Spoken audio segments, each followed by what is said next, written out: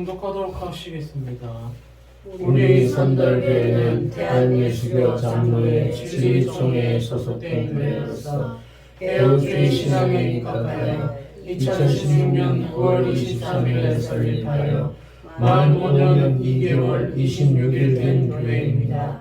우리 전돌교회는 선민 이스라엘 백성들이 광야 고난의 삶을 마치고 축복의 땅에 들어선 것을 기념하기 위하여 길갈에 세운 12돌처럼 모든 성도들이 분명한 신앙의 변화, 삶의 변화, 신분의 변화를 추구하고 경험하며 증거하는 존재, 곧 기념비로 세워지는 교회 되기를 소망합니다. 위에서 24시간 365일 말씀과 기도가 끊어지지 않는 환경을 조성하여 예수님 중심, 말씀 중심, 교회 중심의 삶을 사는 신앙 공동체, 생활 공동체, 생명 공동체로 세워나갈 것을 다짐하며 실천하는 교회입니다. 아멘. 할렐루야. 우리는 또 이겼습니다. 우리는 이겼습니다. 감기 안 걸리셨지요? 네. 날씨가 갑자기 추워지고 비도 오고 그런 가운데 건강하게 주님의 존전에 나오셨으니까 승리하셨습니다.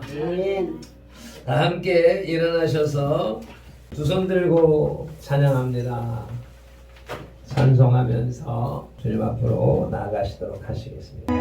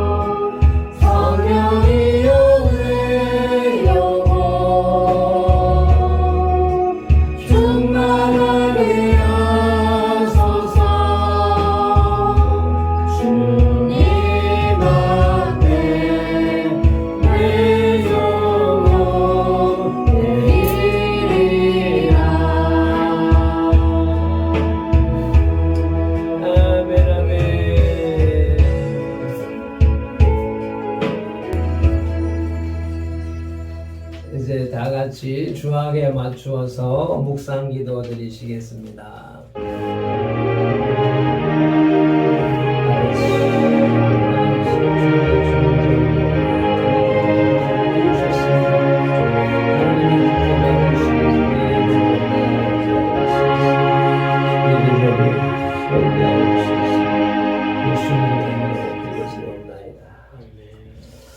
이러므로 우리에게 구름같이 둘러싼 허다한 증인들이 있으니 모든 무거운 것과 얽매이기 쉬운 죄를 벗어버리고 인내로서 우리 앞에 당한 경주를 하며 믿음의 주요 또 온전케 하시는 이인 예수를 바라보자.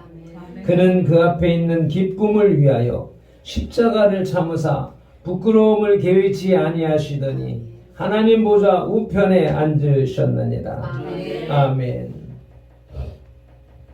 하나님께서 우주 만물을 창조하시고 인생을 창조하시고 이스라엘을 선택하시고 그 백성의 하나님이 되어주셔서 그 백성들로 하여금 하나님이 어떠한 분이시며 하나님이 어떻게 우리를 사랑하셨고 하나님이 어떻게 우리를 구원하셨는가 하는 증인들이 다 되게 하셨습니다. 우리들을 먼저 불러주셔서 그 사실을 깨닫게 하시고 주님의 증인으로 또한 세우셨으니 그 증인의 삶을 온전히 살아갈 수 있도록 주님 도와주시옵소서. 우리가 주님의 증인으로 살아나가는 것은 우리의 힘으로 우리의 무엇으로 하는 것이 아니라 오직 믿음의 주여 온전케 하시는 이는 예수님을 바라봄으로 인하여서 그분의 일생을 돌아보고 기억하고 우리의 삶 속에 나타나는 일들 속에서 주님이 어느 때 어떠한 주님이 필요한가 하는 것을 경험하며 깨달으며 그로 인하여서 남들에게 아직 예수님을 모르는 자들에게 증거할 수 있는 그러한 은혜를 우리에게 주셨으니 감사합니다. 아직 주님을 알지 못하는 자들에게 주님을 온전히 전가할 수 있는 우리 선도의 지체들이 다 될 수 있도록 도와주시옵시고 예수님이 십자가를 참으사 부끄러움을 개의치 아니하시더니 하나님 보좌 우편에 앉으셨던 것처럼 우리들도 주님이 우리에게 맡기신 십자가를 부끄러워하지 말게 하시고 그 일을 잘 감당함으로 인하여서 예수님 우편에 앉는 그러한 주의 백성들이 다 되게 하여 주옵소서. 오늘도 주님의 존전에 예배자로 나섰사오니 온전한 예배, 신령과 진정의 예배 드릴 수 있도록 천군천사 불말 불병고로 어미하여 주시옵시고 성령님 주관하여 주시옵소서. 아직 주님의 존전에 오지 못한 영혼들 아버지 애타는 마음으로 사랑하는 마음으로 아버지 하나님 또 영혼을 데리러 간 어르신을 기억하시고 아버지 하나님께서 기뻐 받으시는 그 심령의 예배가 온전히 되어줄 수 있도록 도와주시옵소서. 한 사람도 거저봤다 거저가는 이가 없게 하여 주실 줄로 믿습니다. 감사하며 축복하며 예수님의 이름으로 기원하옵나이다. 아멘.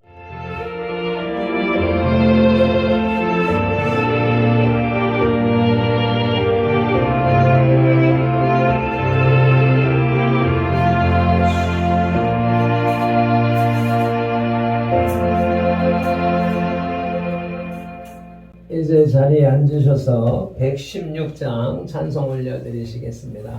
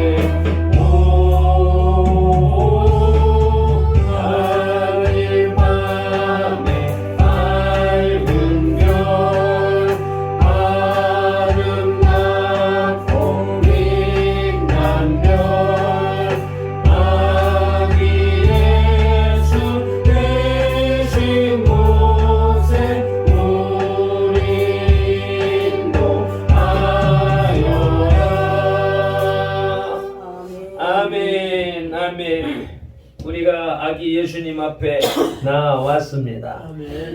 이 시간에 다 같이 사도신경으로 신앙 고백 드리시겠습니다. 전능하사 천지를 만드신 하나님 아버지를 내가 믿사오며 그 외아들 우리 주 예수 그리스도를 믿사오니 이는 성령으로 잉태하사 동정녀 마리아에게 나시고 본디오 빌라도에게 고난을 받으사 십자가에 못 박혀 죽으시고 장사한 지 사흘 만에 죽은 자 가운데서 다시 살아나시며 하늘에 오르사 전능하신 하나님 우편에 앉아 계시다가 저리로서 산 자와 죽은 자를 심판하러 오시리라. 성령을 믿사오며 거룩한 공회와 성도가 서로 교통하는 것과 죄를 사하여 주시는 것과 몸이 다시 사는 것과 영원히 사는 것을 믿사옵나이다. 아멘.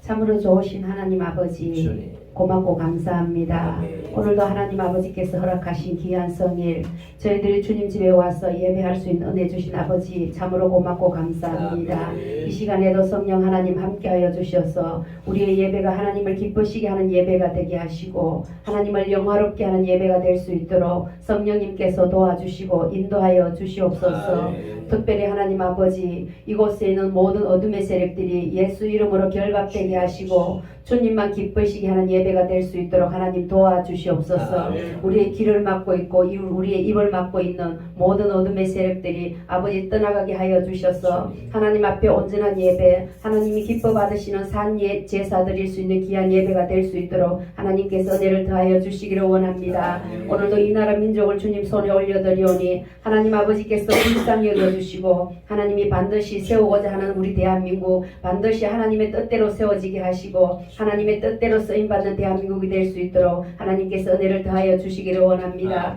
그 과정 속에 하나님 아버지 힘들고 어려울 때도 있지만 그곳에 아버지 하나님 낙심하지 않게 하시고 머물러 있지 않게 하시고 더 하나님 앞에 매달려 기도할 수 있는 우리 대한민국이 될 수 있도록 하나님 도와주시옵소서.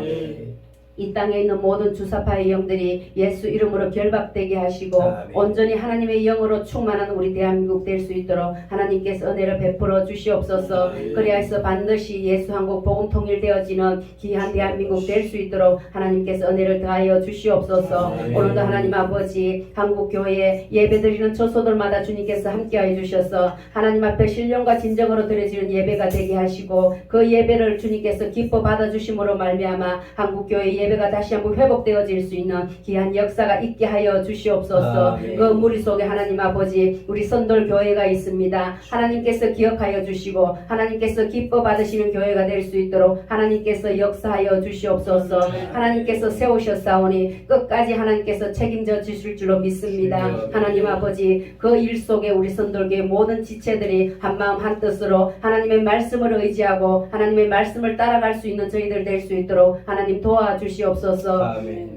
그리하여서 우리 선돌교회를 통해서 이 지역에 예수 그리스도의 향기를 나타내고 예수 그리스도의 빛을 발할 수 있는 교회가 될 수 있도록 하나님 도와주시옵소서. 특별히 우리 선돌교회 하나님 아버지 건강한 교회가 되기를 원합니다. 영적으로 건강한 교회가 되어져서 많은 영혼들을 살리고 이 지역을 살릴 수 있는 교회가 될 수 있도록 하나님께서 함께하여 주셔야만이 그 모든 일들을 감당할 수 있사오니 하나님 은혜를 더하여 주시옵소서. 우리 한 사람 한 사람에게 성령의 붙들림 받는 자들 될 수 있도록 하나님 도와주시옵소서. 아멘. 우리 연약한 무리들 주님 불쌍히 여겨주시고 저들을 통해서 예수 그리스도의 향기를 나타낼 수 있는 아버지 저들이 될 수 있도록 하나님 도와주시옵소서. 아멘. 오늘도 말씀 전하실 목사님 강건하게 붙들어 주시기를 원합니다. 우리 선돌교회 강단을 주님께서 지켜주셔서 날마다 하나님의 말씀만이 선포되어지는 강단이 될 수 있도록 주여 도와주시옵소서.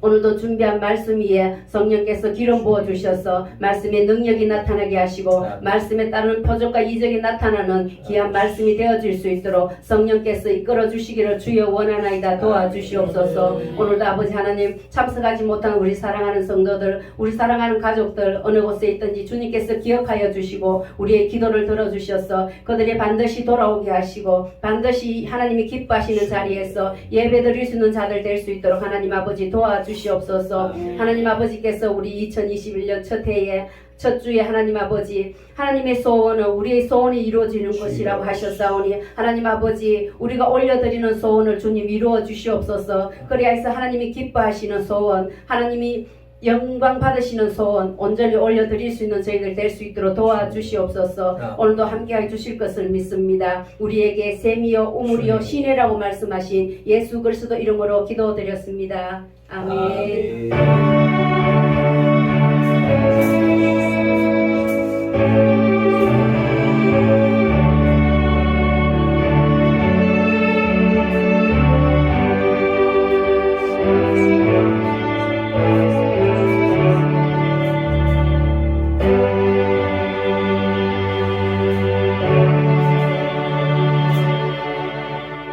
아멘, 아멘.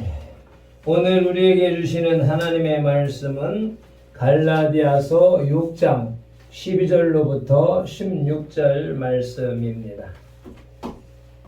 갈라디아서 6장 12절부터 16절까지 말씀을 천천히 또박또박 읽으시겠습니다. 무릇 육체의 모양을 내려 하는 자들이 억지로 너희에게 할 일을 받게 함은 그들이 그리스도의 십자가로 말미암아 박해를 면하려 함뿐이라. 할례를 받은 그들이라도 스스로 율법을 지키지 아니하고 너희에게 할례를 받게 하려 하는 것은 그들이 너희 육체로 자랑하려 함이라. 그러나 내게는 우리 주 예수 그리스도의 십자가 외에 결코 자랑할 것이 없으니 그리스도로 말미암아 세상이 나를 대하여 십자가에 못 박히고 내가 또한 세상을 대하여 그러하니라. 할례나 무할례가 아무것도 아니로되 오직 새로 지으심을 받는 것만이 중요하니라. 무릇 이 규례를 행하는 자에게와 하나님의 이스라엘에게 평강과 긍휼이 있을지어다. 아멘.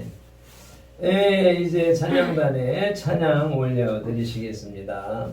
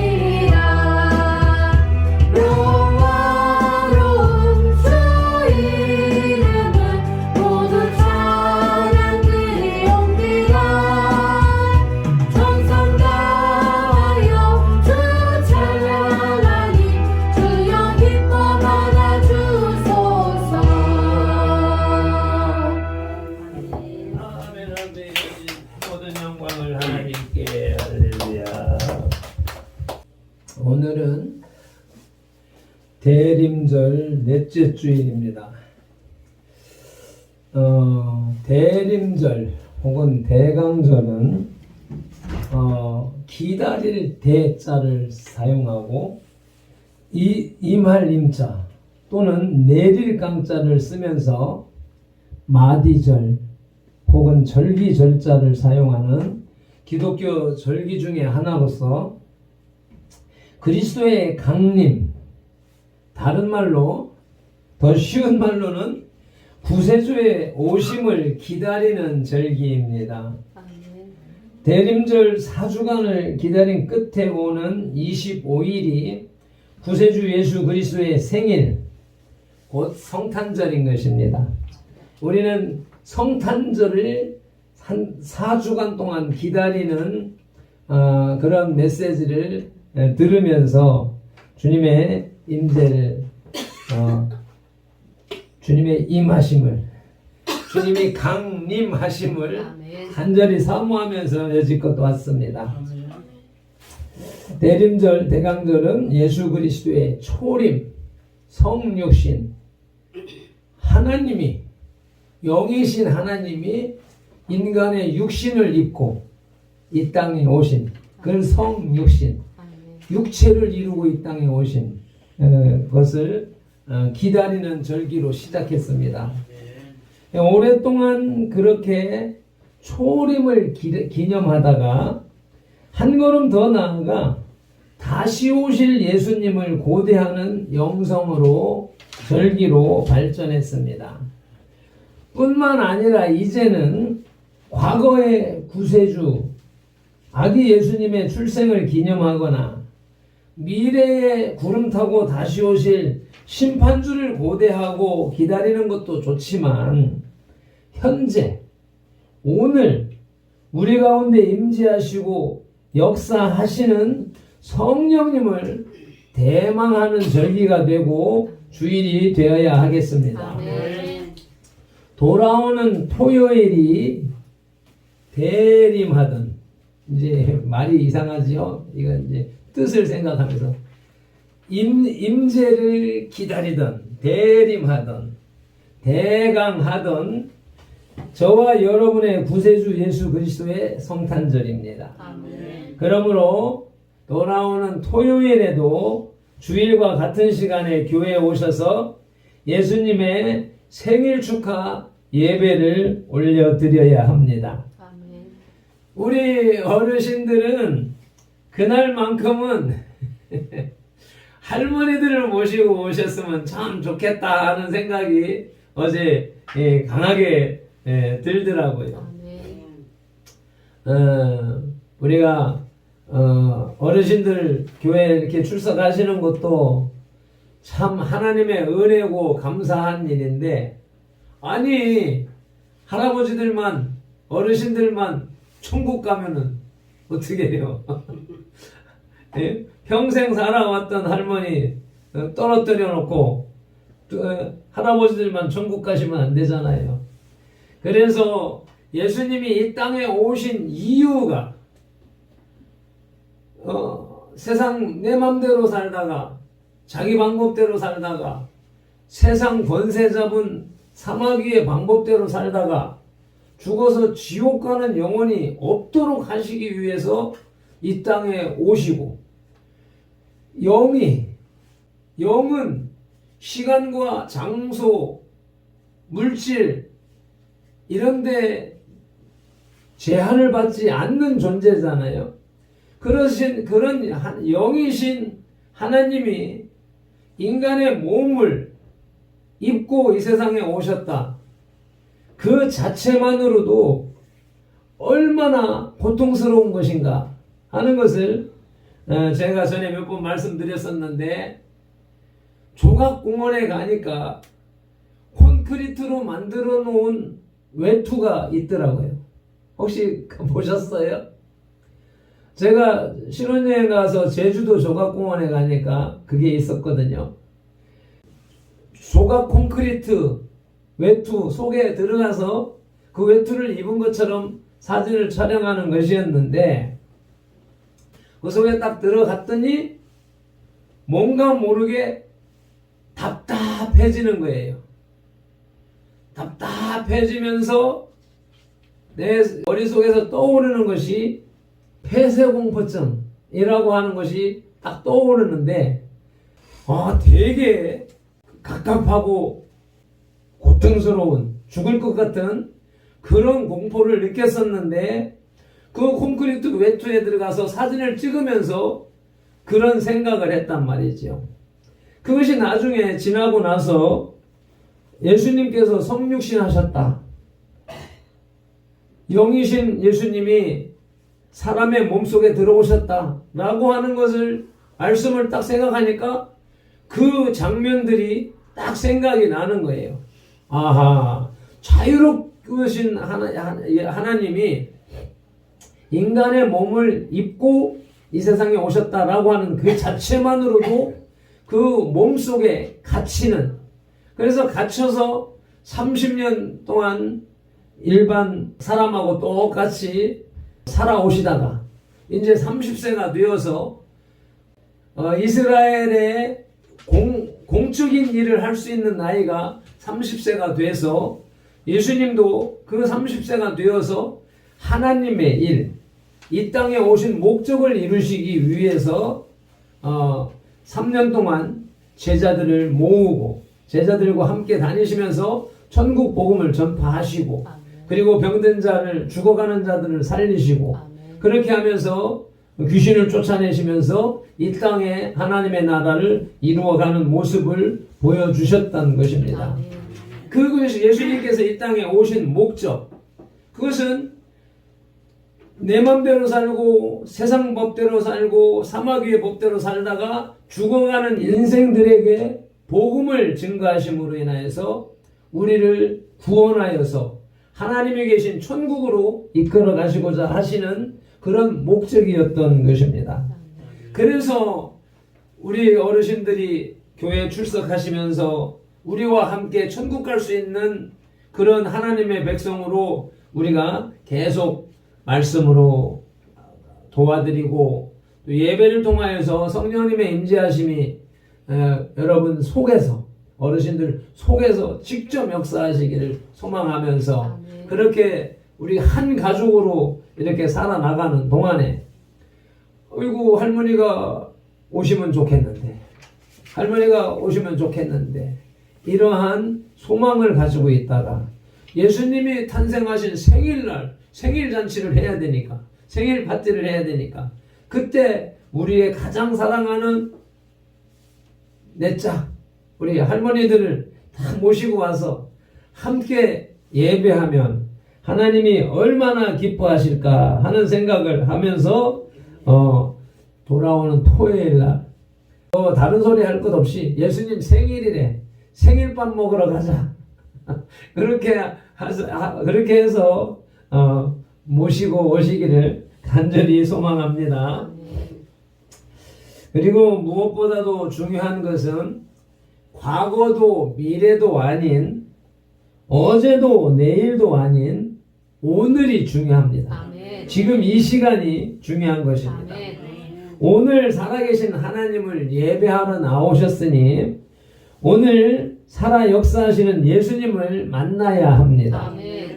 지금 이 말씀을 통하여서, 성경 말씀을 읽어드리는 이 말씀을 통하여서, 설명해드리는 이 말씀을 통하여서 여러분들이 예수님이 그런 분이었어, 예수님이 날 위해서, 날 살리시기 위해서 십자가에 못 박히시고 매 맞으시고 고통당하시고 죽어주셨던 거야. 그래서 내가 천국 갈 수 있는 자격을 획득하게 된 거야 라고 하는 사실을 알게 되는 것, 깨닫게 되는 것이 예수님을 만나는 것입니다. 그리고 살아 역사하시는 말씀을 듣고 깨달아야 합니다. 지금 우리 가운데 임재하시고 우리의 삶 속에 운행하시는 성령님과 교통해야 합니다. 살아계신 성령님 날 붙드소서 찬송 한번 하고 가십시다. 성령님이 이 자리에 함께 계신 것을 인식하면서 느끼셔야 됩니다. 집중하여서 찬송할 때 느낄 수가 있습니다.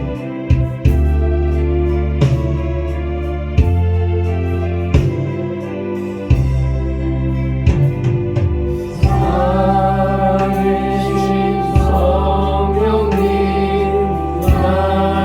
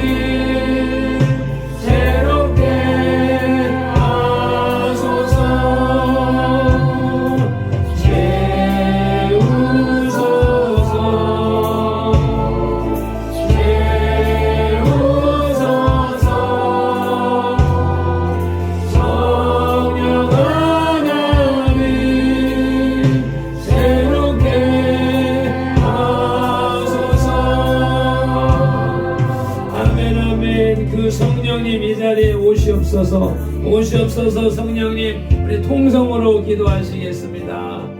주여, 주여, 주여.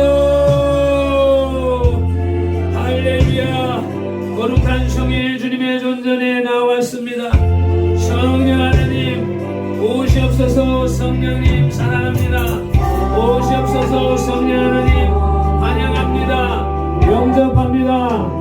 모셔드립니다. 작지만 강한 교회, 우리 선돌교회에 성령 하나님 강림하여 주옵소서. 2021년의 51째 주일 예배, 대림절 넷째 주일 예배 가운데 자정하시고 우리의 영과 혼과 육체 가운데 임재하시옵소서. 우리로 하여금 주님과 교제 교통하게 하시고 말씀을 듣고 깨달아 알게 하옵소서.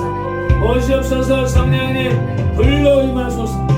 오시옵소서. 성령님 바람 소리로 임하옵소서. 오시옵소서. 성령님 안원으로 임하옵소서. 성령님의 임하신 증거로 우리 무리의 우둔 우매함이 떠나가고 무지 문매함이 떠나가고 무한과 질병과 저주가 떠나가고 조상들과 나로 인해 자녀들에게 되물림되는 우둔 우매 무지 문매 무한 질병 저주가 다 떠나게 하옵소서. 한 사람도 거저 왔다 거저 돌아가는 이가 없게 하옵소서. 나당만 밟고 돌아가는 이가 한 사람도 없게 하옵소서. 말씀을 듣는 중에 주님의 얼굴을 보고 주님의 음성을 듣게 하옵소서. 말씀을 듣는 중에 성경이 믿어지게 하옵소서. 말씀을 듣는 중에 우리의 모든 필요를 채워주시옵소서. 말씀 듣는 중에 아멘 아멘 하게 하옵소서. 말씀을 듣는 중에 십자가로 싹을 틔운 생명의 삶이 열리게 하여 주옵소서. 감사합니다. 고맙습니다. 그 성령님을 의지하고 말씀을 나누기를 원하오니 성령 하나님 미련한 종의 입술을 억하하시고 아버지 하나님의 살아계신 말씀, 전비한 말씀이 살아계신 말씀으로 역사하여 주옵소서. 우리 어르신들에게 우리 성도님들에게 하나님의 귀하신 뜻을 증거하는 전하는 성령님의 우리 가운데 임하시면 예수님이 말씀하신 것을 다 기억하게 하시고 모든 것을 알게 하시마 하셨던 그 약속이 이루어지는 시간이 되도록 은혜를 베풀어 주시옵소서. 시종을 성령님께 맡기오며 예수님의 이름으로 기도드리옵나이다. 아멘. 자, 대림절 메시지를 준비하면서 2021년을 갈무리하는 하나님의 말씀으로 이렇게 준비하고 전달했습니다. 다시 한번 짚어볼 것 같으면 첫째는 고린도후서 7장 10절 말씀으로 하나님의 뜻대로 하는 근심에 기회를 주시기 위해 지금까지 우리를 살게 하셨다는 말씀으로 시작을 했고요. 둘째는 로마서 12장 2절 말씀으로 하나님의 선하시고 기뻐하시고 온전하신 뜻은 우리들의 거룩함이라고 하셨으며 거룩한 삶을 위해서 셋째로 이사야 1장 18절 말씀으로 오라 우리가 서로 변론하자 대화하자 하십니다.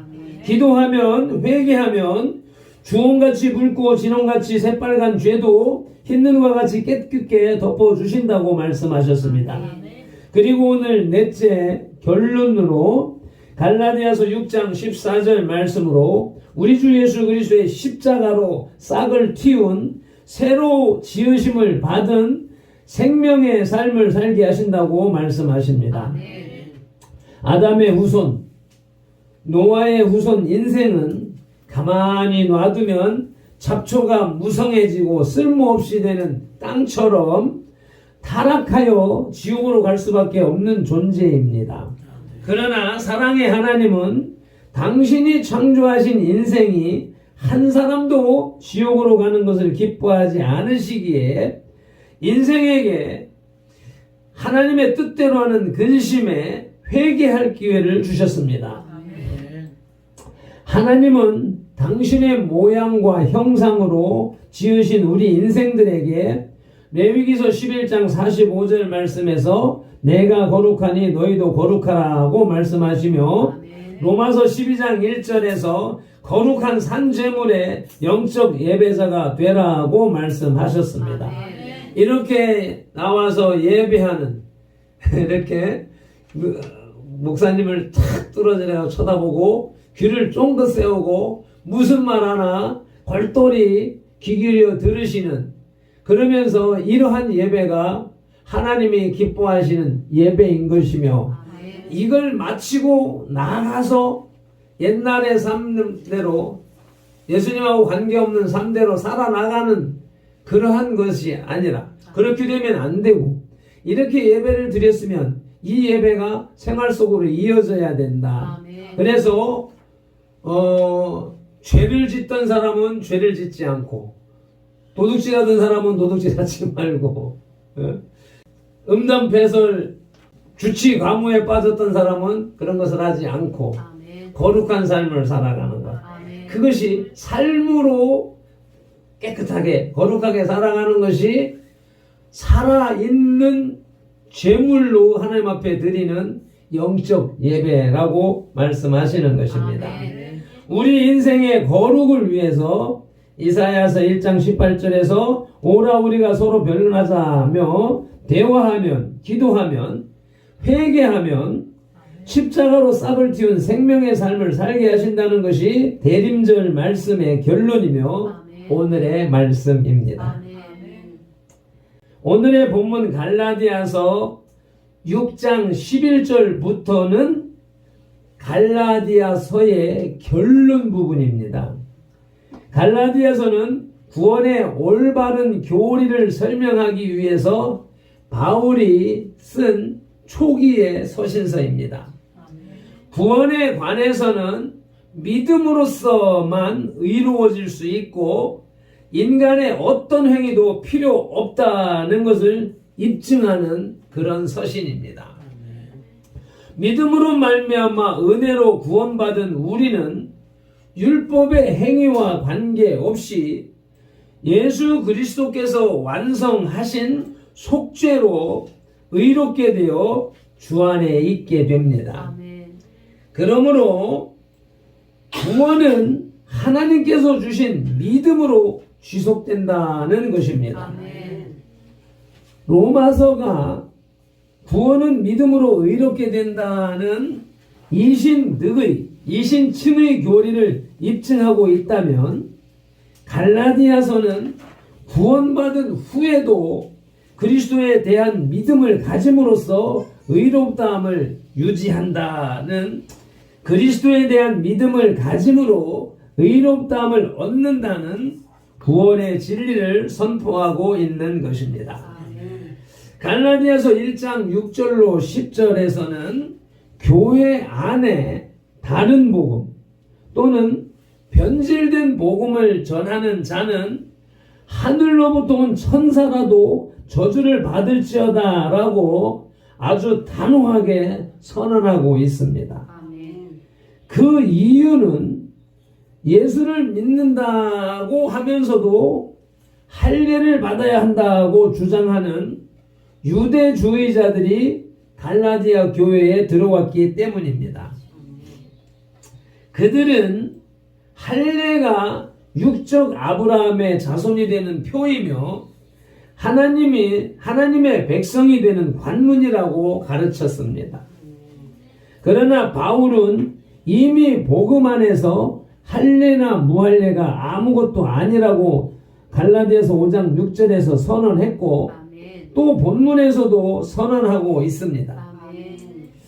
우리 어르신들이 이 할례가 뭔가 모르시지요?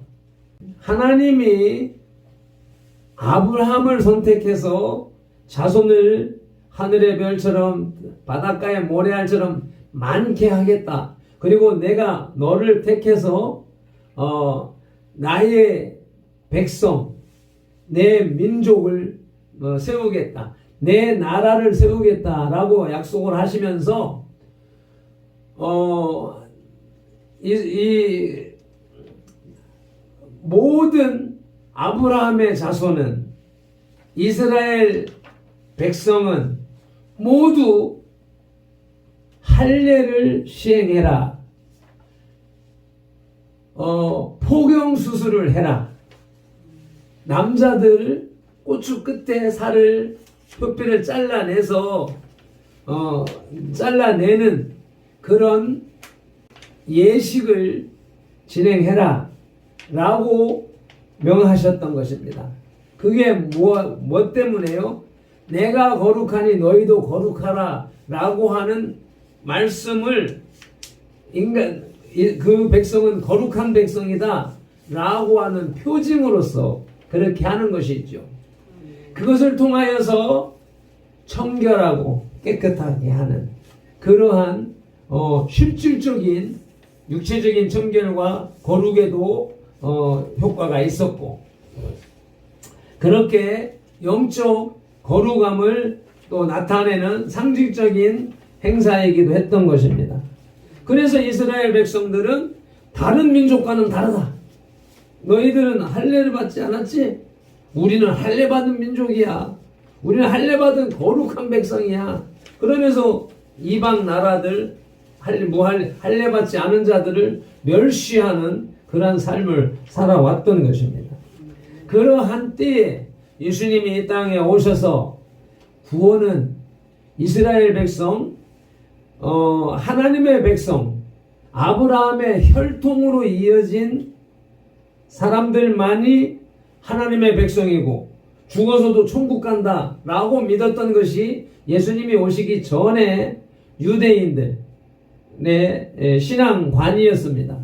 그런데 예수님께서 이 땅에 오셔서 하시는 것이 할례와 무할례가 중요한 것이 아니라, 지금 오늘 이 대림절 말씀을 통하여서도 계속 나누었던 것처럼 여기 와서 앉아서 예배드리고 가서 옛날의 삶을 사는 것은 온전한 예배가 아니라고 하는 것처럼, 그래서 온전한 예배는 할례나 무할례에 형식적으로 얽매이는 것이 아니라 그 사람의 영과 혼과 육이, 삶이, 생활이 거룩한 삶을 사는 것이 옳은 것이다 라고 가르쳐 주셨으면서 그 거룩한 삶을 살기 위해서는 인간의 힘으로 할 수가 없는 것이고, 그래서 예수님의 말씀을 들어야 되고, 예수님의 말씀이 이제 기록되어진 성경을 이 시대는 읽어야 되고, 그 말씀을 묵상하면서 그 말씀을 지켜 살아야 우리가 거룩하게 되는 것이다. 그 말씀 가운데 임하시는 성령님이 우리를 이끌어 주셔야 깨닫게 되고 지킬 수 있게 되는 것이다. 그래서 거룩함은 내 힘으로 내 노력이 되는 것이 아니라 예수님의 십자가 공로를 우리가 믿고 받아들이고 인정하면서 그렇게 살아가는 것. 근데 그것도 내 힘으로 할 수가 없기 때문에 성령님이 우리 가운데 오셔서 우리로 하여금 알게 하시고 깨닫게 하시고 지킬 수 있는 힘을 주시고 그렇게 능력을 주셔서 이끌어가는 것이다. 구원에 이르게 하는 것이다 라고 하는 것입니다. 그래서 바울이 조금 전에 말씀드렸던 것을 다시 한번 말씀할 것 같으면, 바울은 이미 복음 안에서 할례나 무할례가 아무것도 아니라고 그렇게 말하고 있습니다. 이것을 우리식으로 다시 얘기를 할 것 같으면, 여기서 이 시대에 세례를 받고 입교를 하고 집사 권사가 되고 이런 형식적인 행사를 치르는 것이 문제가 아니고 삶의 질이 중요한 것이다. 여기 와서 이렇게 예배에 앉아서 드리는 이 예배만으로 끝나는 것이 아니라 삶의 자세 속에서 산 제물이 되는 것이 온전한 예배다라고 하는 말씀인 것이죠. 그래서 십자가로 싹을 틔운 생명의 삶이라는 제목의 하나님 말씀을 들으시겠습니다. 첫째로 우리 12절 말씀을 함께 다시 한번 봉독하시겠습니다. 무릇 육체의 모양을 내려 하는 자들이 억지로 너희에게 할례를 받게 함은 그들이 그리스도의 십자가로 말미암아 박해를 면하려 함뿐이라. 아멘. 이제 이 갈라디아서는 앞에서부터 쭉 되어져 오는 이야기가 교회 안에 들어온 다른 복음을 전하는 자들, 그것은 누구냐면은 옛날에 유대교에 심취해서 유대교를 철저히 믿던 사람들, 구약 성경을 철저히 믿던 사람들이 복음을 듣고 그래 나도 예수 믿었어. 그리고 예수를 믿은 사람들. 근데 이 사람들이 예수님의 말씀을 듣고 제자들의 말씀을 듣고 온전히 깨달아서 그 기독신앙, 그리스도 신앙을 믿는 것이 아니라 교회는 들어왔지만 유대교의 사상을 가지고 야 믿음으로 구원받는 것도 오라. 그렇지만 할례도 받아야 돼. 율법도 지켜야 돼. 라고 하는 복음의 해악이 되는 그러한 메시지를 전하고 있는 사람들이 많이 있었다는 것입니다. 그래서 갈라디아 교회에 들어온 다른 복음에 대해서 지금 살펴보실 것인데 12절에서 육체의 모양을 내려 하는 자들이라는 말은 갈라디아 교회에 다른 복음을 가지고 들어온 자들을 말합니다. 육체의 모양을 내려 하는 자들이라는 구절에 모양을 내려 한다는 말의 의미는 좋은 얼굴을 입는다는 말이 됩니다. 근데 여기서 얼굴이라는 말은 배우의 가면과 같은 말입니다. 배우들이 무대에 올라가서 연극을 할 때 우리나라도 각종 탈을 쓰고 이렇게 연기를 하는 것처럼 이 헬라 문화에서도 얼굴 하면 배우가 가면을 쓰는 것, 이것을 말한다는 것이죠. 배우의 역할이라는 은유적인 의미로도 사용되기도 합니다. 그래서 바울은 이 사람들이 마치 관중으로부터 인정을 받고 싶어하는 배우와 같다고 말하고 있는 것입니다. 이 명예와 수치를 바탕으로 하고 있는 문화에서는 순응이 필요합니다. 순종, 순리대로 따라가는 그 질서를 따라가는 명령에 복종하는.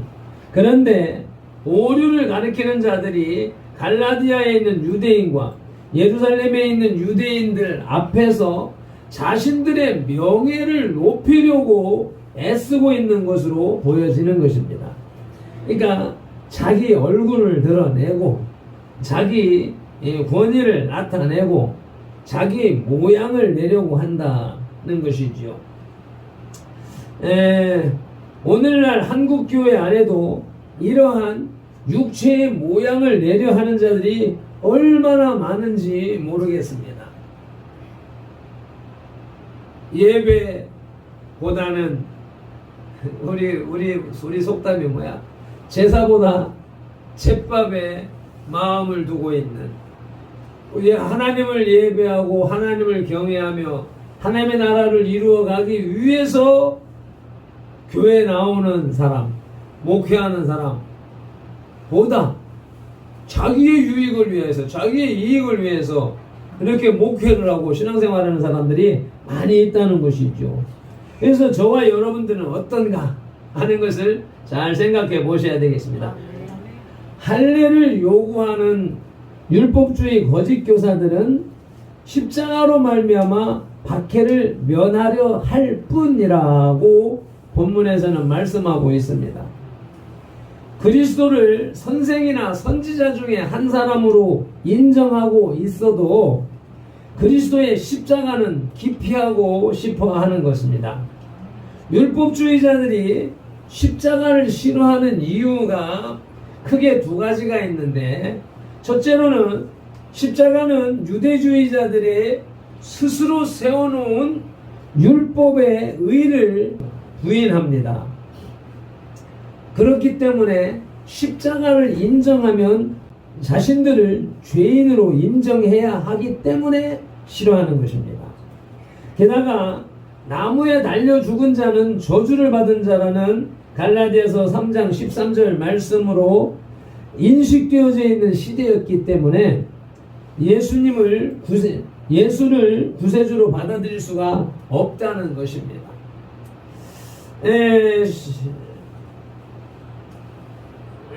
십자가를 싫어하는 이유 두 번째는 갈라디아의 율법주의자들이 십자가를 전파하게 되면 그리스도의 사역과 효력을 증거해야 되고, 그렇게 되면 자연스럽게 할례를 부인해야만 합니다. 만약 그들이 할례를 부인한다면 그들은 전통적인 유대주의자들로부터 박해를 받게 될 것입니다.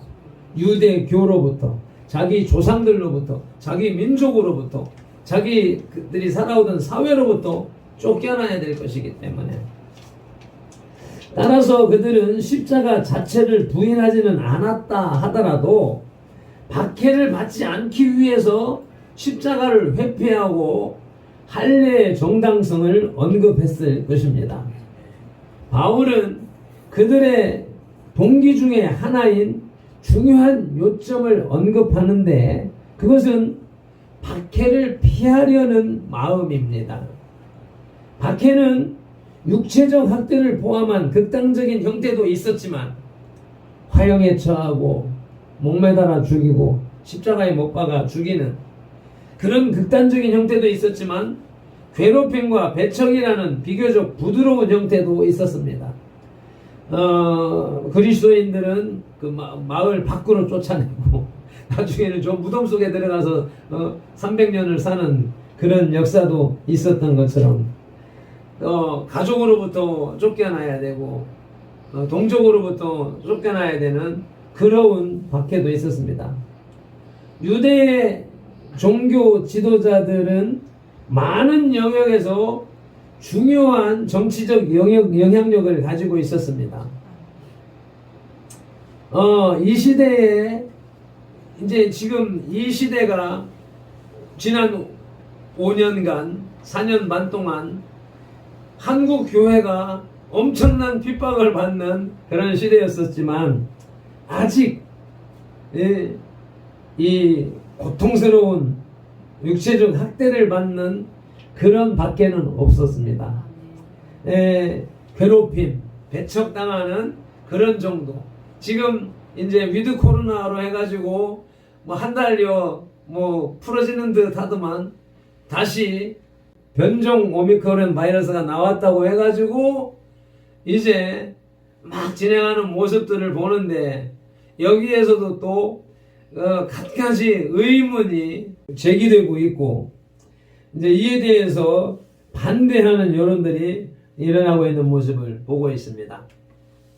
이런 환경들 속에서 오늘 어떤 분의 유튜브를 들으면서 보니까 백신을 맞았으면 70%가 예배드릴 수 있고, 그렇지 않으면 30% 예배드릴 수 있다라고 하는 정부의 발표가 나온 것은, 누군가가, 교계를 대표하는 누군가가 가서 협상을 했고 타협을 했기 때문에 발표가 나오는 것이다.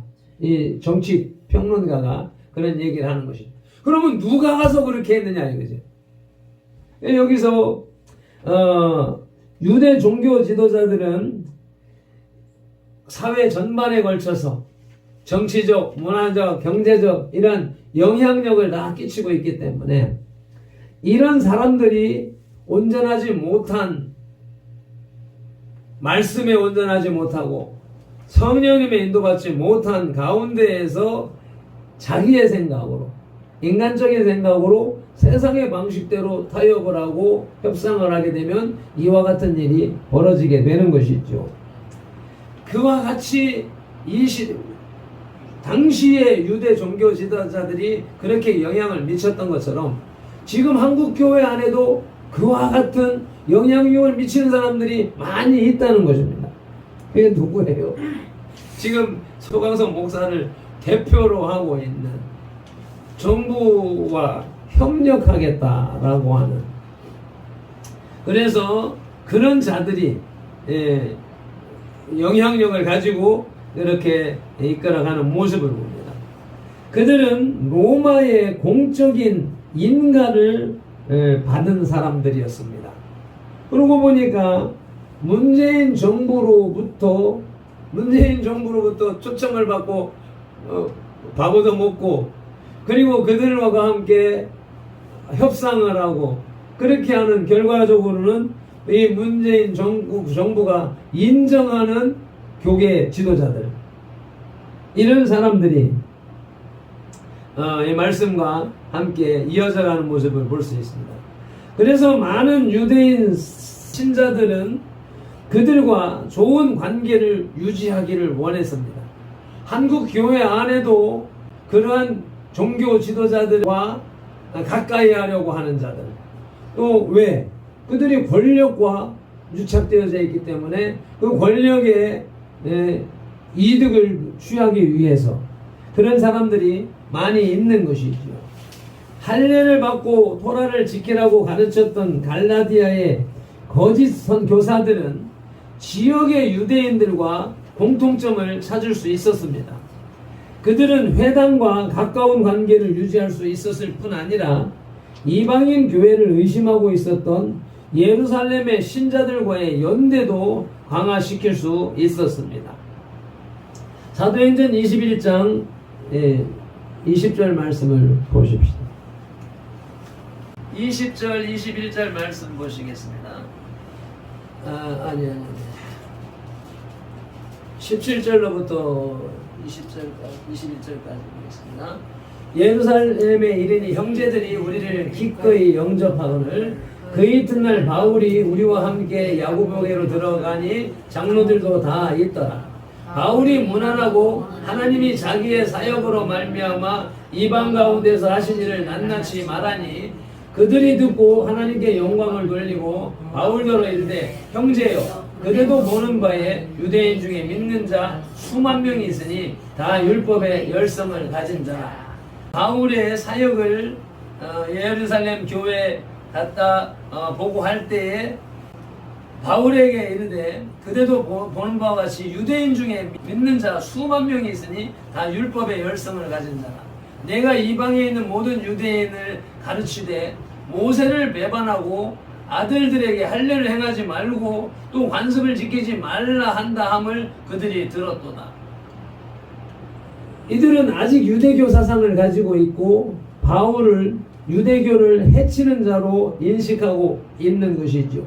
지금 이와 같이 한국 교회 안의 영성이 하나님의 복음과 다른 사회주의 사상으로 또 세속적인 사상으로 또는 NCCK, WCC 다른 종교와 연합하는 자들이 교계에 중요한 요직을 차지하고 요즘 교계를 대표하는 사람이라고 하면서 언론에 나서서 정부 편을 들고 정광훈 목사님이나 이 정권에 대항하여서 기도운동을 펼치는 사람들을 이렇게 유대인들이 바울을 멸시하는 것처럼 이 시대에도 그런 모습들이 벌어지고 있는 모습을 볼 수가 있습니다.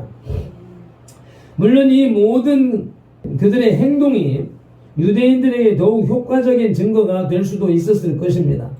그러나 바울이 어떤 상황을 염두에 두었는지 그의 뜻은 분명했습니다. 디모데후서 3장 12절입니다. 무릇 그리스도 예수 안에서 경건하게 살고자 하는 자는 박해를 받으리라. 이것이 바울의 사상이지요. 하나님의 뜻대로 사는 자들은 박해를 받아야 된다. 예루살렘에 가면 자기를 결박하고 잡아갈 것이라고 하는 사실을 알면서도 예루살렘을 향하여 간 사람이 바울이었습니다. 우리는 이와 같은 정신으로 우리의 신앙을 지켜나가야 될 것입니다. 13절 말씀을 함께 합독하시겠습니다. 할례를 받은 그들이라도 스스로 율법을 지키지 아니하고 너희에게 할례를 받게 하려 하는 것은 그들이 너희의 육체로 자랑하려 함이라. 아멘.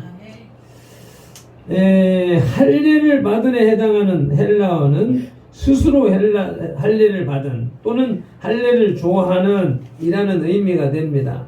어떤 사본에서는 이미 할례를 받은 이라는 의미로 쓰여졌기 때문에 거짓 교사들을 선명하게 지시한다고 볼 수가 있습니다. 어떤 이는 본문이 현대 갈라디아 교회의 위기를 초래하고 있는 자들, 다시 말해서 율법주의자들에 의해서 할례를 받은 자들을 더 강조하고 있다는 것입니다.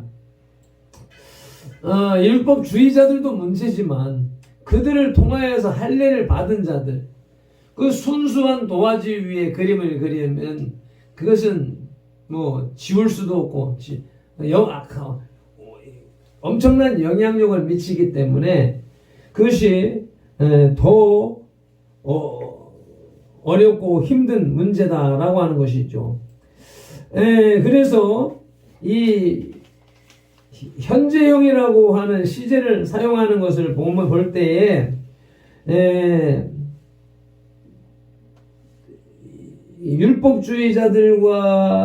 율법주의자들의 할례를 받은 자들을 다 포함하는 그런 의미로 쓰여졌다라고 하는 것입니다. 스스로 율법을 지키지 아니하고 그들은 할례를 받았다 하고 유대주의를 말하고 있지만 스스로 율법을 지키지 않습니다. 이 시대에 세상과 짝을 하는 목자들의 모습이 이와 같다고 볼 수가 있겠습니다. 갈라디아 교회의 거짓 교사들은 율법을 지키기 위해서 할례를 행한다고 말은 하지만 율법 준수를 도외시하는 거짓 무리들에 불과했습니다. 그들은 유대교를 따르는 자들도 아니었습니다. 그들은 눈앞에 있는 박해를 피하기 위해서 기회를 엿보는 자들이었습니다. 자기의 육체를 자랑하기 위해 모든 진리들을 마음대로 변질시키는 자들이었습니다. 너희 육체로 자랑하려 함이라고는 말씀을 보게 되면 그들은 진리를 따른다거나 율법을 행한다는 것을 자랑으로 삼지 않았습니다. 단지 그들을 따르는 추종자들이 얼마나 많은가 하는 것을 자랑으로 삼고자 했습니다. 지금 한국 교회의 현실이 그렇습니다. 교회가 크면 목회를 성공한 것이고 많은 사람이 모이면 목회가 성공한 것으로 인식을 하고 있는 모습들을 보게 되죠. 사람 숫자 많이 모아서 자기의 능력을 과시하고 자기를 자기의 육체의 모양을 내려하는 자들의 모습인 것이죠. 그들은 자아중심적인 교만에 빠져서 육체의 흔적을 신뢰하는 거짓 신앙을 가지고 있습니다. 자기 자신이 멸망의 길로 가는 것을 알지 못할 뿐만 아니라 다른 사람이 멸망의 길로 가는 것을 기뻐하며 다른 사람들의 희생을 통하여 자기들의 유익을 찾고자 하는 이기적인 사람들인 것입니다. 여기서 우리의 신앙을 점검해 보아야 하겠습니다. 갈라디아 교회의 다른 복음과 현대교회의 다른 복음이 일치한다는 생각이 안 드십니까? 우리도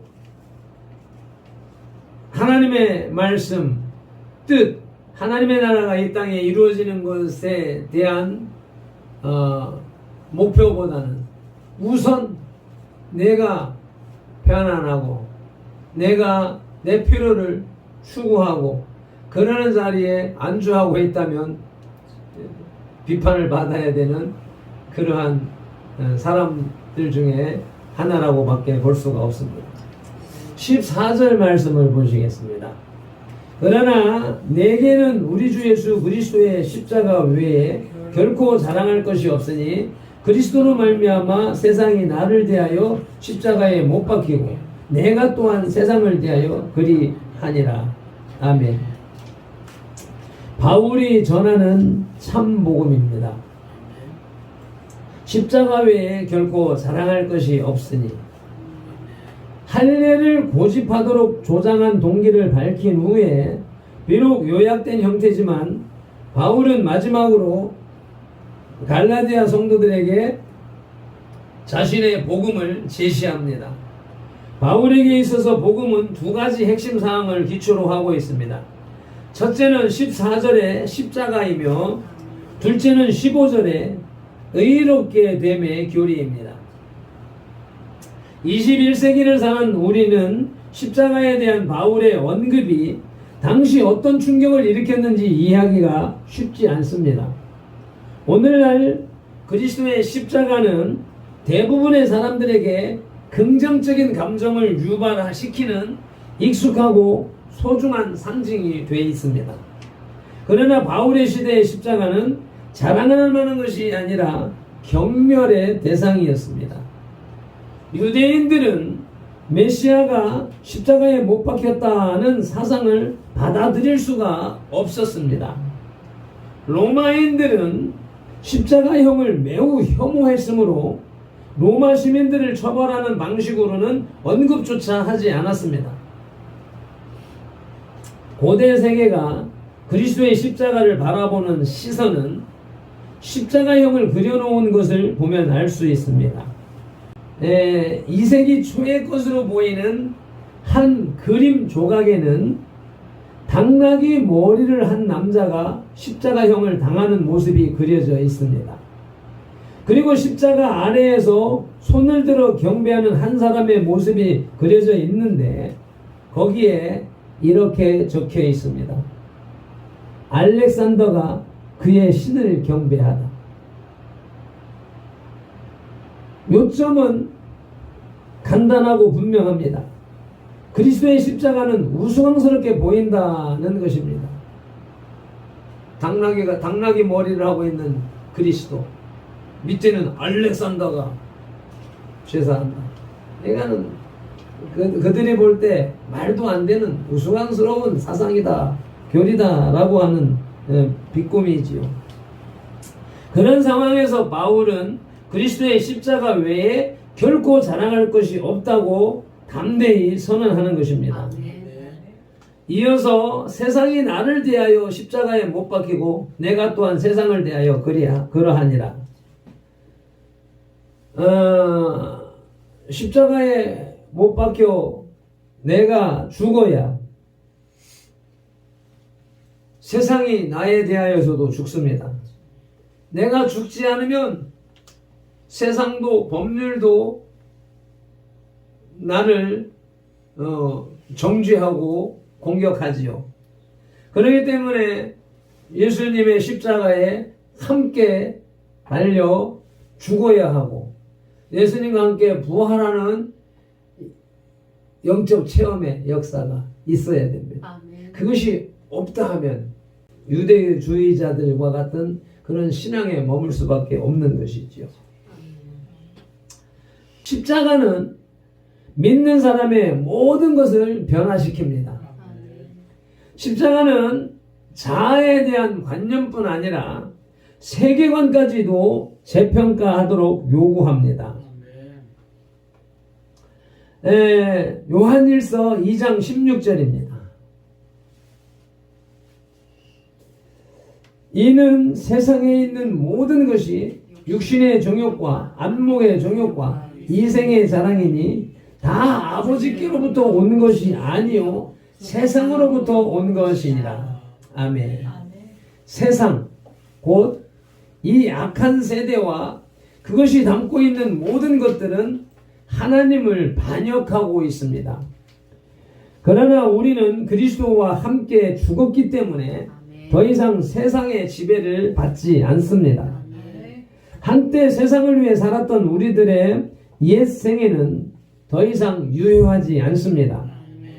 바울의 비유에 따르면 그리스도인과 세상과의 단절은 마치 서로에 대하여 죽는 것과 같습니다.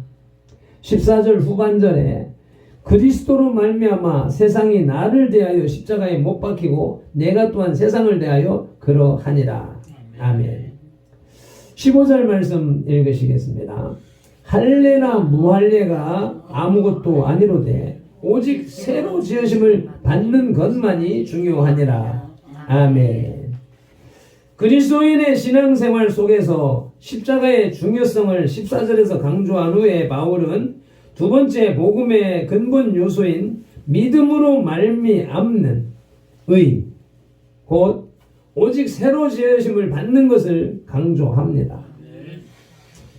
갈라디아서에서 바울은 할례를 복음에 대한 역행으로 간주했습니다. 물론 그 행위 자체를 반대한 것은 아니지요.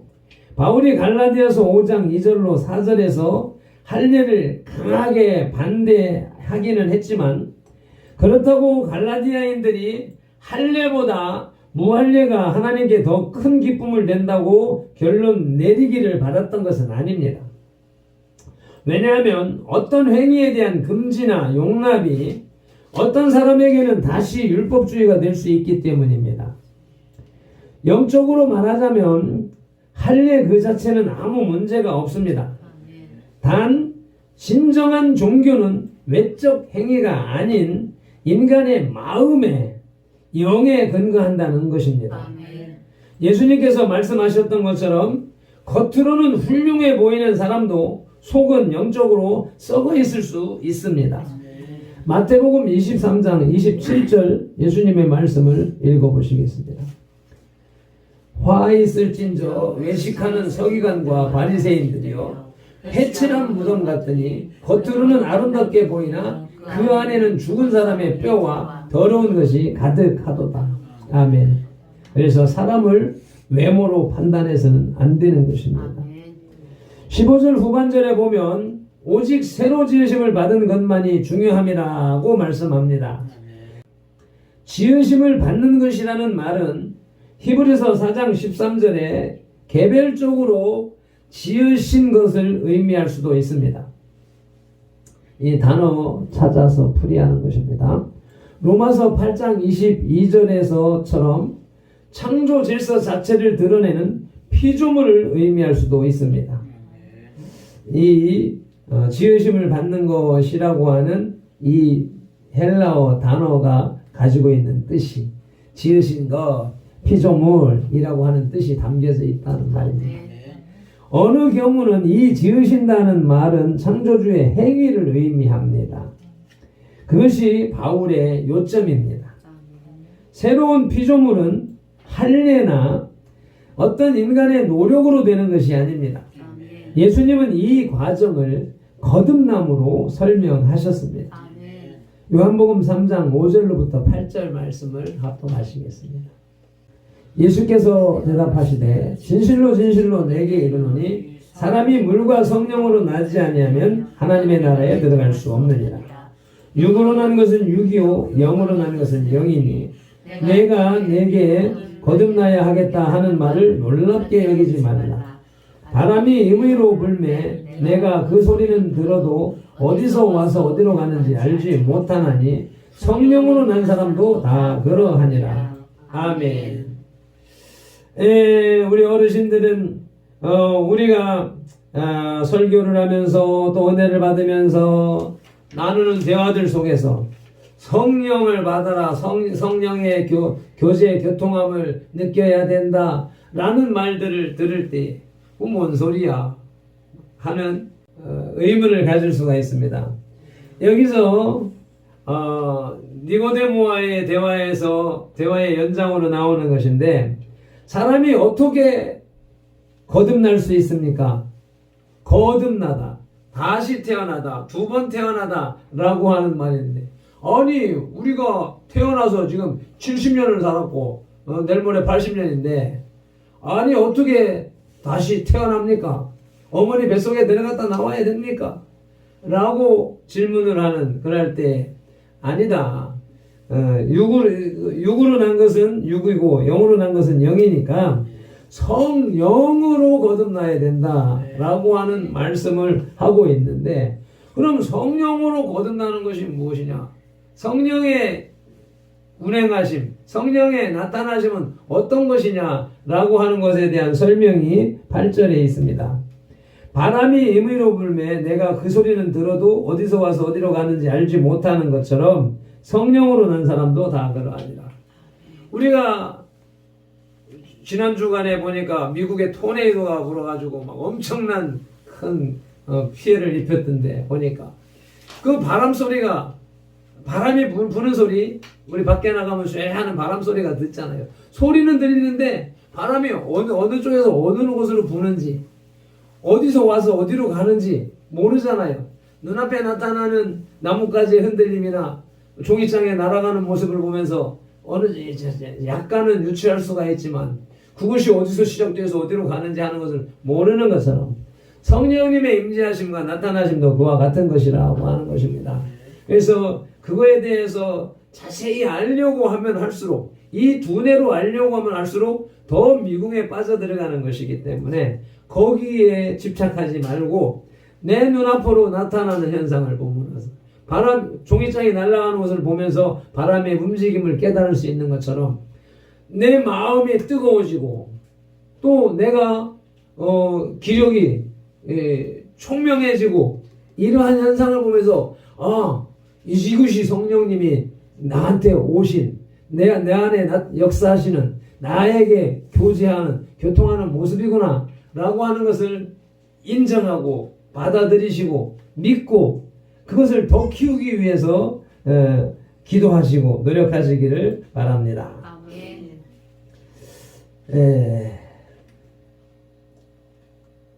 바울이 믿음으로 말미암는 의로 묘사된 구원의 행위를 설명하기 위해서 사용했던 은유적인 표현 가운데 하나가 지금 제가 말씀드린 것입니다. 바울은 고린도후서 5장 17절에서 새로운 창조에 대해서 다음과 같이 설명합니다. 그런즉 누구든지 그리스도 안에 있으면 새로운 피조물이라. 이전 것은 지나갔으니 보라 새 것이 되었도다. 우리 어르신들이 옛날 방식대로 옛날의 삶을 그냥 살아간다면 옛사람으로 머물러 있는 것이고 이렇게 교회에 나오셔서 예배에 빠지지 않고 나오시면서 말씀을 듣고 그 들은 말씀이 예수요 그리스도니까 그 들은 말씀을 내가 삶 속에서 생활하면서 지켜나가면 그것이 그리스도 안에서 살아가는 모습인 것입니다.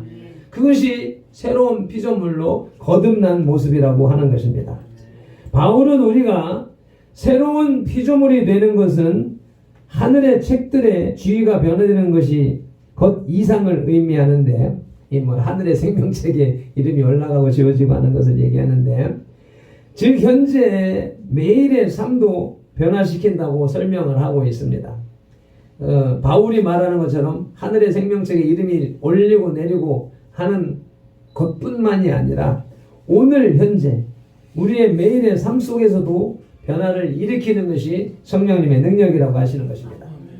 새로운 피조물이 되는 것은 회개와 믿음으로 이끄는 거듭나게 하는 성령 하나님의 사역입니다. 우리는 넘어지고 자빠지고 다시 일어나는 매일의 과정 속에서 결과적으로 그리스도의 형상을 담기까지 거룩함 안에서 지속적인 성장과 같은 회심의 모든 과정을 포함합니다. 그러나 새로운 피조물이 우리를 의롭게 하는 것은 아닙니다. 다만 그 급진적인 변화가 의롭게 되는 것이 무엇인지를 명백히 보여주는 것입니다. 우리가 새롭게 거듭났다 해서 그것이 우리를 의롭게 하는 것이 아니라 그 과정을 통하여서 우리는 그러한 사실을 확인한다는 것입니다. 15절에 할례나 무할례가 아무것도 아니로되 오직 새로 지으심을 받은 것만이 중요하니라. 새롭게 태어남, 거듭남, 새로운 피조물이 되는 것이 중요한 것이라고 말씀하고 있습니다. 자, 이제 끝으로 16절 말씀을 보시겠습니다. 무릇 이 규례를 행하는 자에게와 하나님의 이스라엘에게 평강과 긍휼이 있을지어다. 아멘. 이제 우리가 실천하는 복음입니다. 규례로 번역된 헬라어 카노는 문자적으로 석공이나 목수가 치수를 재는 데 사용하는 갈대 또는 고든 막대기 같은 잣대를 의미합니다. 이 말은 후에 사람들이 어떤 것을 평가할 때에 사용하는 규칙이나 기준을 뜻하는 의미를 갖게 되었습니다. 예를 들어 성경을 편집하면서 정경, 외경, 위경 여러 논란이 많이 있었습니다. 그래서 우리가 읽고 있는 이 성경이 정경입니다. 이 정경이라고 하는 말은 바를 종, 옳은 성경이다. 그래서 외경, 그러면 이 성경 바깥에 있는 성경에 포함되지 않은 외경. 이제 카톨릭에서는 6번인가 7번인가를 또 추가해서 보는 것이 있고, 또 이 성경을 편집하면서 이거는 성경에 넣을 수가 없겠어. 여러 서신서들이 있는데 도마 서신도 있고 무슨 서신도 있고 여러 서신들이 있는데, 그런 이 바울의 서신과 같이 베드로의 서신과 같이 이런 서신들이 많이 있었는데, 그러한 것들이 여기에 포함되지 않고 정경에 포함되지 않고 이제 위경이라 그것은 거짓 위자를 써서 위경이다. 그것은 성경이 아니다 라고 하는 내용들로 이렇게 논란이 있었었는데, 그래서 지금 우리가 보고 있는 이것을 정경이라, 이것을 캐논이라고 한단 말이죠. 캐논 복사기 이런 것인데, 이것이 이제 이 말의 뜻이 여기에서 나온 것이라 이 말입니다. 그래서 규례라고 하는 카논에서 나온 말이고, 이것이 잣대, 표준, 옳은 것, 기준 이런 것을 의미하는 말이 됐습니다. 그래서 신약 27권 정경이 교회의 믿음과 행위를 규정짓는 권위를 가지고 있다는 말을 하고 있습니다. 그러므로 어떤 가르침의 치수를 재어보고 신약에서 말하고 있는 것과 같이 맞지 않으면, 신약에서 말하고 있는 것과 맞지 않으면 받아들이지 않는 것입니다. 이 규례는 바울이 앞서서 말한 모든 것을 포함합니다. 그것은 그리스도의 십자가를 부끄러워하지 않는 것이며, 보다 적극적으로 성령 하나님 안에서 새롭게 살아가는 것입니다. 이것은 새 언약, 곧 복음으로 말미암아 가능한 것입니다. 이처럼 이 16절에는 이 갈라디아서의 핵심을 요약하고 있습니다. 한편 행하는 이라는 말은 갈라디아서 5장 25절에서 성령으로 행하는 삶을 의미할 때 사용된 것처럼 새 규례가 성령님의 인도하심에 의한 것임을 보여줍니다. 16장 말미에 보면 하나님의 이스라엘에게 평강과 긍휼이 있을지어다. 이스라엘은 하나님의 백성입니다. 그러니까 하나님의 이스라엘에게, 저와 여러분들에게, 하나님을 믿는 하나님의 백성인 우리들에게 평강과 긍휼이 있을지어다 라고 축복하면서 마칩니다. 새 언약의 규례를 따르는 우리들에게 베풀어 주신 축복은 여기 16절에서 크게 두 가지로 나타납니다. 그 첫째는 하나님의 이스라엘이 된다는 것입니다. 유대인이나 이방인이나 누구를 막론하고 그리스도 안에서 새롭게 거듭난 사람들만이 유일한 하나님의 백성이 되며 참된 이스라엘 족속이 될 수 있는 것입니다. 참된 이스라엘이란 민족적이며 혈통적인 이스라엘이 아니라 복음을 믿어 순종하는 성도들로 구성된 새 이스라엘, 곧 약속의 자녀를 말합니다. 로마서 9장 7절 말씀입니다. 또한 아브라함의 씨가 다 그의 자녀가 아니라 오직 이삭으로부터 난 자라야 내 씨라 불리리라 하셨으니 아멘. 아브라함의 씨, 하갈을 통하여서 낳은 이스마엘은 인정받지 못했습니다. 그러나 그들은 자기들이 장자권을 주장을 하고 있죠. 그들이 아랍 족속입니다. 그래서 아랍과 이스라엘 족속들이 다툼이 여지껏 이어져 오고 있는 것이지요. 그래서 이 아브라함의 자손이라도 정통을 잇는 이삭의 자손이어야만이 하나님의 백성으로 인정을 받고 있는 것이죠. 그래서 우리가 신앙생활 하면서도 말씀 안에서 아브라함의 자손으로 하나님의 이스라엘로 바로 설 수 있는 그런 온전한 신앙과 온전한 교리 가운데 말씀 가운데 삶을 살아나가야 되는 것입니다. 두 번째로는 평강과 긍휼의 은혜가 주어진다는 것입니다. 평강에 해당하는 헬라어 에이레네는 갈라디아서 5장 22절에 제시된 성령의 열매 가운데 하나입니다. 화평, 평화, 평강. 이는 신약에서 일반적으로 미래에 이루어질 축복과 행복을 뜻하는 말로 쓰여졌는데 여기 16절에서는 종말론적인 구원을 함축하고 있습니다. 한편 긍휼에 해당하는 헬라어 엘레오스는 구약의 헤세드의 번역으로서 하나님의 무한한 사랑, 한 번 택한 백성은 버리지 않는 변함없는 은혜 등을 의미합니다. 신약에서는 하나님의 구원의 약속이 예수 그리스도로 말미암아 베풀어진 큰 은혜를 가리킵니다. 특히 바울은 이와 같은 축복을 특정한 무리들에게만 국한시키지 않고 아직 복음을 받아들이지 않은 무리들에게도 같은 축복 속으로 초대하고 있습니다. 우리에게 전해진 복음, 우리가 실천하는 복음은 14절에 십자가에 못 박힘으로 15절에 오직 새로 지으심을 받는, 그래서 이 규례를 16절에서 이 규례를 아는 것뿐만 아니라 행함으로 하나님의 이스라엘이 되어 평강과 긍휼을 받아 누리는 것입니다. 아멘.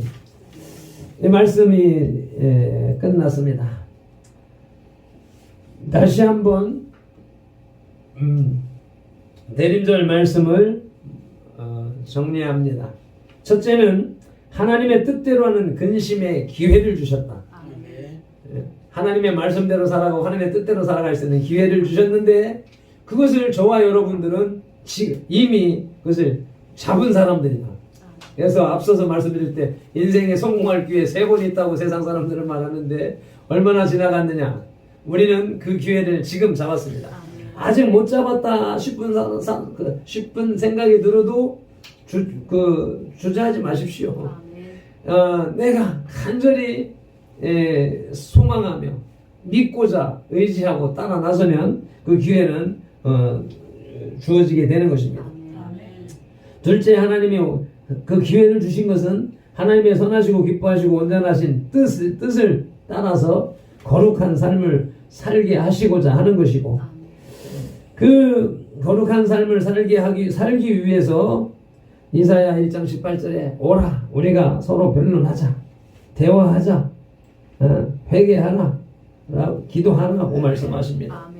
그렇게 하면 그 죄를 다 사해 줄 것이고 흰 눈처럼 깨끗하게 덮어줄 것이고, 그리고 오늘 넷째 결론적으로 갈라디아서 6장 14절에 우리 주 예수 그리스도의 십자가로 싹을 틔운 15절에 새로 지으심을 받은 생명의 삶을 살게 하신다고 말씀하십니다. 생명의 삶은 하나님의 이스라엘이 되는 것이고, 긍휼과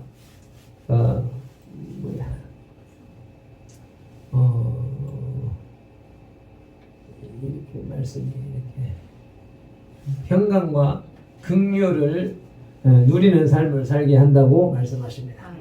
기도하시겠습니다. 통성으로 다 같이 한번 기도하시겠습니다. 하나님, 이 대강절의 말씀처럼 하나님의 말씀을 기회를 포착하고 주님의 거룩한 삶을 요구하실 때 그것을 위하여서 내 힘으로가 아니라 성령님의 인도하심을 따라가게 하시고, 그렇게 행함으로 인하여서 회개하고 기도함으로 인하여서 변론함으로 인하여서 오늘 말씀하시는 하나님의 이스라엘이 되고 평강과 긍휼을 누리는 우리들이 다 되게 하옵소서. 선돌교회가 되게 하시고 가정이 되게 하시고 각 개인이 되게 하옵소서. 주여 삼창하며 통성으로 기도드립니다. 주여 주여 주여. 할렐루야. 아버지 감사합니다. 아버지 말씀으로 아버지 하나님 4가지의 4주간을 통하여서 4가지의 말씀을 받았습니다. 아버지 이 말씀의 결론으로 아버지 하나님 우리가 주 예수 그리스도의 십자가로 싹을 틔운 새로 지으심을 받는 생명의 삶을 살게 되면 하나님의 이스라엘이 영광과 공의의 삶을 누리게 하신다 하시니 주시다 하시니 감사합니다. 아버지 하나님 은복을 받았습니다. 특별히 아버지 하나님 주님의 초림을 기대했던 것처럼 예수님의 성탄절을 기대하고 또 예수님의 재림을 기대하고 오늘 성령님의 임재를 성령님의 교제 교통함을 사모하며 아버지 우리의 삶 속에 우리의 영과魂속에 아버지 하나님 육신 속에 나타나고 적용되어지고 깨달아지고 느껴지게 하옵소서. 감사하며 축복하며 예수님의 이름으로 기도드립니다. 아멘. 광고 다 그냥 시간이 많이 가서 읽어보시기 바랍니다. 공헌 기도와 축도로 예배를 마치도록 하겠습니다. 하나님 아버지 대림절 넷째 주일 아버지 하나님의 주시는 말씀 걸러내고 잘라내고 추려내려고 하는 생각을 많이 가졌지만 이 말씀은 이래서 이 말씀은 저래서 아버지 그 말씀을 다 나누려고 하다 보니 시간이 많이 갔습니다. 아버지 주의 말씀을 사모하는 우리 모든 백성들이 다 될 수 있도록 도와주시고 미련한 종에게는 짧고 간결하고 명쾌한 말씀으로 전할 수 있는 아버지 메신저가 될 수 있도록 성령의 메신저가 될 수 있도록 도와주시옵소서. 오늘도 주의 존전에 나와 예배한 이 예배자들 축복합니다. 빈손으로 나오지 아니하고 정성을 들여서 감사 예물로 11조 예물로 아버지 각종 예물로 주님 앞에 올려드리오니 주님이 받으시고 주님이 나라를 위하여서 쓰시고 아버지 하나님 그 드려진 손길이나 쓰시는 곳에서 오병이어의 기적으로 역사하여 주시옵소서. 세상 물질에 잡혀서 양신 그 우상을 섬기는 미련한 자 우상에 끌려다니는 미련한 자들이 다 되지 말게 하옵소서. 세상을 창조하신 창조주가 이 세상의 주인이 우리 아버지고 우리 하나님이라고 하는 사실을 아버지 인식하며 물질에 끌리지 말게 하시고 없는 중에도 아버지 있는 것처럼 운영하시는 주님의 그 능력과 권세를 시행하고 따르는 우리 종과 우리 백성들이 다 될 수 있도록 은혜를 베풀어 주시옵소서. 감사하며 축복하며 예수님의 이름으로 기도드리옵나이다. 아멘. 이제는 우리 주 예수 그리스도의 크신 은혜와 아버지 하나님의 극진하신 사랑과 성령님의 감화 감동하시고 치유하시며 교제하시며 교통하심이 오늘 이 대림절 넷째 주일의 예배자들과 또 선돌교 공동체와 모든 지체들 그 가정과 직장 손댄 일들과 계획들이 이제로부터 영원토록 함께 계실지어다. 아멘.